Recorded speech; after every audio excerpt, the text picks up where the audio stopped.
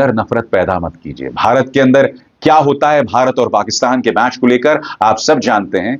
अब मैं आपके सामने पाकिस्तान के दो चेहरे दिखाना चाहता हूं। सबसे पहले दोस्तों, पाकिस्तान ये बात समझ गया था कि वो भारत से हारने वाला है। विराट कोहली जो पाकिस्तान के अंदर बहुत लोकप्रिय हैं, जब वो शतक लगाते हैं तो देखिएगा इस्लामाबाद के अंदर वहां की जनता किस तरह से उसे सेलिब्रेट करती है। मैं आपसे एक सवाल पूछना चाहता हूं, अगर इस तरह से दिल्ली के अंदर कोई पाकिस्तान की शानदार इनिंग के लिए सेलिब्रेट करेगा तो क्या होगा? मुझे तो लगता है उसके खिलाफ आतंकवाद की धाराएं लगा दी जाएंगी। आपको क्या लगता है? बहरहाल देखिए, इस्लामाबाद में विराट कोहली, साडा कोहली, उनके लिए किस तरह से लोग जश्न मना रहे थे। ये पहली तस्वीर है जो पाकिस्तान से उभर कर आ रही है। कुछ और तस्वीरें भी हैं जो मैं चाहूंगा आप देखें। देखिए क्या हो रहा है।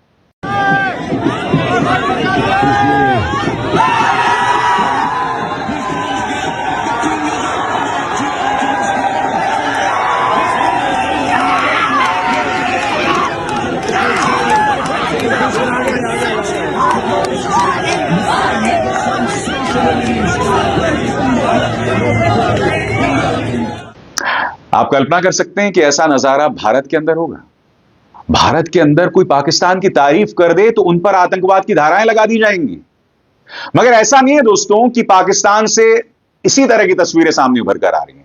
अब मैं आपको दो तस्वीरें दिखाना चाहता हूं जो निहायत ही शर्मनाक है। पहली तो बहुत ही हास्यास्पद है। यहां पर पाकिस्तान के एक चैनल के अंदर इस बात को लेकर चर्चा हो रही है कि भाई दुबई में मैच इसलिए हुआ क्योंकि भारतीय टीम के साथ 22 पंडित भी जो हैं वो विमान में थे और वो लोग पाकिस्तान के खिलाफ काला जादू कर रहे थे। 2011 में भी भारत काली पिच पर खेल रहा था, वहां पर भी काला जादू किया गया था। मानसिक तौर पर हार ने इस कदर लोगों को बैंकक्रप्ट कर दिया है। उसकी मिसाल आपके सामने है दोस्तों। खेल को खेल के तौर पर लीजिए। इस्लामाबाद से जो तस्वीर सामने उभर कर आई थी, कितनी खूबसूरत, कितनी खुशनुमा तस्वीर है। और ये देखिए चैनल के अंदर क्या हो रहा है। अंदर की खबर है कि इंडिया ने अपने 22 पंडित दुबई स्टेडियम में उतार दिए मुख्तलिफ जगहों पर। अच्छा, क्योंकि हर प्लेयर पर दो दो पंडित होंगे और वो इतने जादू टोने कर रहे हैं कि पाकिस्तानी प्लेयर डिस्ट्रैक्ट हो रहे हैं। और वो यही वजह थी कि इंडिया पाकिस्तान नहीं आना चाहता था, क्योंकि उनको पता था कि इंडिया जब पाकिस्तान आएगा तो उनके पंडित उनके साथ नहीं आ सकेंगे और पाकिस्तान ऐसा होने भी नहीं देंगे, क्योंकि बहुत से हमारे जो नूरी इल्म वाले हैं वो भी वहां पर होंगे, तो इसलिए उनका जादू नहीं चलेगा। अब उनके 22 पंडित इतना जादू कर रहे हैं कि पाकिस्तानी प्लेयर्स को मुश्किल आ रही है खेलने में। यानी इसका मतलब इसका सोल्यूशन तो दुआएं ज़ाहिर हम भी कर रहे हैं, लेकिन ज्यादा से ज्यादा दुआएं करें। जी यार, लेकिन ये चीज भी तो देखे ना कि हमेशा से हमने देखा है कि हमारा स्टार्ट अच्छा होता है, अचानक गेम में कोई ना कोई ऐसी एंट्री होती है। यही वजह थी। अब दो बंदे मतलब एक काम के ऊपर लगे हुए, 22 पंडित। आप इससे इमेजिन कर लें कि कितने बुखलाए हुए होते हैं या जब भी टूर्नामेंट में। So good out of nowhere, पता नहीं क्या 2011 में भी ऐसे हमने देखा था कि काली पिच पर जो प्रैक्टिस की जा रही थी मोहाली में, जब हमारा सेमीफाइनल। दोस्तों, ये जो कचरा संवाद हो रहा है पाकिस्तान के न्यूज चैनल में, क्या इसका दोष गोदी मीडिया पर मढ़ा जा सकता है? मैं आपसे क्यों कह रहा हूं दोस्तों, याद कीजिएगा आज से कुछ सालों पहले एक वर्ल्ड कप फाइनल था। तब एबीपी न्यूज में तमाम साधु संत उतर गए थे। पूरा एक कार्यक्रम हुआ था, एंकर था, आसपास भगवा में तमाम साधु संत, कहने को कार्यक्रम क्रिकेट पर। और ये भगवा साधु संत कह रहे थे कि हम जो है अपनी तरफ से पूजा अर्चना कर रहे हैं, जीत भारत की होगी, भारत की होगी। इस तरह का कार्यक्रम हो रहा था। क्रिकेट को मजाक बनाकर रख दिया था एबीपी न्यूज ने। यह सब कचरा हो रहा था वहां पर। देखिए उसकी एक मिसाल।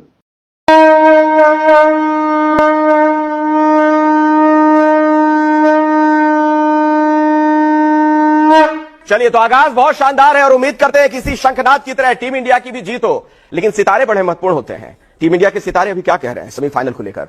हाँ, देखिए 10 तारीख को 6:30 बजे एडिलेड में ऑस्ट्रेलिया में खेला जाएगा। इसमें कुंडली मेष लग्न की बनती है, कुंडली में शनि। तो इसलिए मैंने कहा दोस्तों, कहीं ऐसा तो नहीं है कि पाकिस्तानी न्यूज चैनल में जो कचरा चल रहा है उसका दोष भी गोदी मीडिया पर मढ़ा जा सकता है, क्योंकि इस तरह के कई कार्यक्रम गोदी मीडिया में चलते रहते हैं। और स्वाभाविक सी बात है, पाकिस्तान के जो लोग हैं वो लोग इस वाहियात कचरे को भी देखते हैं। जैसे हमारे देश के लोग गोदी मीडिया का जहर जो है वो देखते हैं। मैं आपसे लगातार अपील करते रहता हूं, मत देखिए मत देखिए, मगर आप देखते हैं। चलिए करिए खुदकुशी, मैं क्या ही कह सकता हूं। दूसरी मिसाल दोस्तों, आप देखिएगा बाबर आजम जो है वो बाउंड्री पर फील्डिंग कर रहे हैं, पाकिस्तान के खिलाड़ी बाउंड्री पर फील्डिंग कर रहे हैं, और देखिए किस तरह से क्राउड उन्हें ताना मार रही है। यह खेल है और बाबर आजम आपका खिलाड़ी है, मगर देखिए किस तरह से उनकी तौहीन की जा रही है। देखिए कोई शर्म कर रहा है, और तेरी T20 जगह नहीं बढ़नी,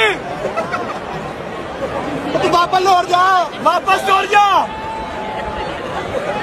अब तेरी जगह नहीं बढ़नी।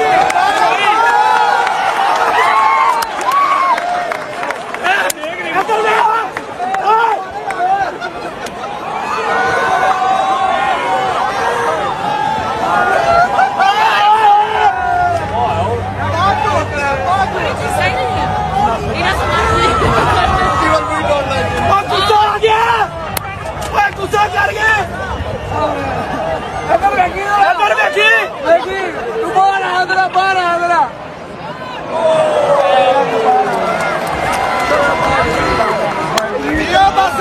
बस ताड़ियां मारे कर,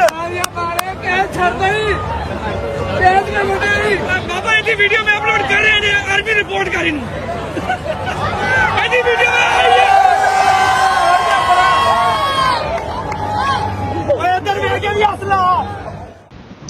आपको याद होगा दोस्तों, इसी तरह से इंजमाम उल हक को निशाना बनाया गया था, उन्हें बार बार आलू आलू आलू बुलाकर। नतीजा यह हुआ था कि इंजमाम उल हक इतना नाराज हो गए थे कि वो क्राउड से जाकर भिड़ गए।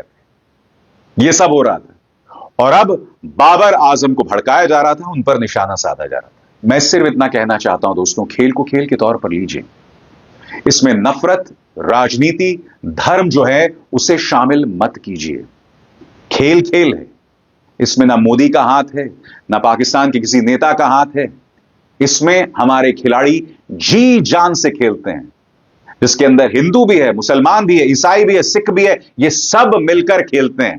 क्योंकि मोहम्मद सिराज, अर्शदीप सिंह और विराट कोहली मिलकर टीम इंडिया बनते हैं, और यही तो भारत है, यही तो भारत है। आप लोग ये बात क्यों भूल जाते हैं बताइए? क्यों नफरत में खुद को इस तरह से सराबोर कर देते हैं? और गाली किसको देते हैं? जावेद अख्तर साहब को, वो व्यक्ति जिसके बौद्धिक स्तर की जूती तक तुम नहीं पहुंच सकते, वो व्यक्ति जिसकी लेखनी हमारे बचपन का अभिन्न हिस्सा है दोस्तों। क्योंकि मैं आपको बतलाना चाहता हूं कि जावेद अख्तर साहब की लिखी चाहे दीवार हो, चाहे शक्ति हो, मेरी बचपन की रोमानियत का हिस्सा है, और आप और हम में से कई लोगों के बचपन की रोमानियत का हिस्सा है। यह खूबसूरती इस आदमी की और इसकी लेखनी की, मगर आज इन्हें गाली दी जाती है। आप में से कई लोग कह सकते हैं कि जावेद अख्तर साहब को इस सब का जवाब देने की क्या जरूरत थी, मगर आपको समझना पड़ेगा दोस्तों, जब भीड़ ऑनलाइन आप पर हमला करती है और लगातार करती रहती है, क्योंकि आप ये देखेंगे सोशल मीडिया में कुछ। अस्सलाम वालेकुम दोस्तों, हमारी टीम हारी है तो लाजमी बात है वो अपनी परफॉर्मेंस की वजह से हारी है, लेकिन कुछ लोग कहते हैं कि वहां पर पंडित बुला लिए थे। आपकी टीम ने घर पर कौन सा तीर मार लिया था न्यूजीलैंड के खिलाफ कि वहां पर तो चलिए आप ये कह रहे हैं कि पंडित आ गए थे, यहाँ पर कौन आ गया था? आपकी टीम की गंदी परफॉर्मेंस है और आप ऐसी तैसी बातें करके दोस्तों दुनिया को अपने ऊपर हंसा रहे हैं कि वहां पर पंडित आ गए थे। आपकी टीम पहले तो सिफारिशी टीम सेलेक्ट हुई है, आपको पता है कि वहां पर फास्ट बॉलिंग पिचेस नहीं होंगी, ज्यादातर फेवर होगी स्पिनर को। आप देखें तो कुलदीप यादव ने 3 विकेटें ऊपर नीचे दोस्तों निकाल ली थी, वो हैट्रिक के करीब हो गया था। तो पाकिस्तान ने स्पिनर कौन सा लेकर गए थे? इब्रार अहमद, लेकिन हमारे पास दुनिया के सबसे खतरनाक स्पिनर मौजूद हैं, 2 हैं, नुमान अली और साजिद खान। इन्हें आपने घर पर गलने और सड़ने के लिए छोड़ दिया और दूसरों पर आप बातें कर रहे हैं। सारी टीम सिफारिशी थी दोस्तों। इस टीम में ऐसे लोग आए हुए थे जिनमें ये समझे ठेके पर आए हुए थे। जिन लोगों ने इन्हें लाया है उनका भी आधा हिस्सा होगा और इनका भी आधा हिस्सा, यानी पैसा जो मिलेगा 90 लाख रुपया तो इन्हें वैसे सैलरी मिल जाती है, कुछ करे भी ना तो वो आधा उस बंदे को चला जाएगा जो इन्हें लेकर आया है, वो आधा ये रख लेंगे, यानी 50-50 का हिसाब होता है। और ये बिल्कुल दोस्तों करप्शन के ऊपर आए हैं। हमारी पाकिस्तान टीम जबरदस्त थी, ऑस्ट्रेलिया को, साउथ अफ्रीका को घर पर हरा कर आने के बावजूद पाकिस्तान टीम वैसे ही दोस्तों जिस तरह पिछली बार सुपर 8 में नहीं गए थे, अभी तो शुरू होते ही हमारी चैंपियन ट्रॉफी पाकिस्तानियों के लिए खत्म होकर रह गई है। वही सिफारिशी बाबर आजम है और दोस्तों वही सारा कचरा भरा हुआ है जिसकी ना ही परफॉर्मेंस है है ना ही और कुछ। अपनी राय हमें कमेंट सेक्शन में जरूर दीजिएगा। अल्लाह हाफिज।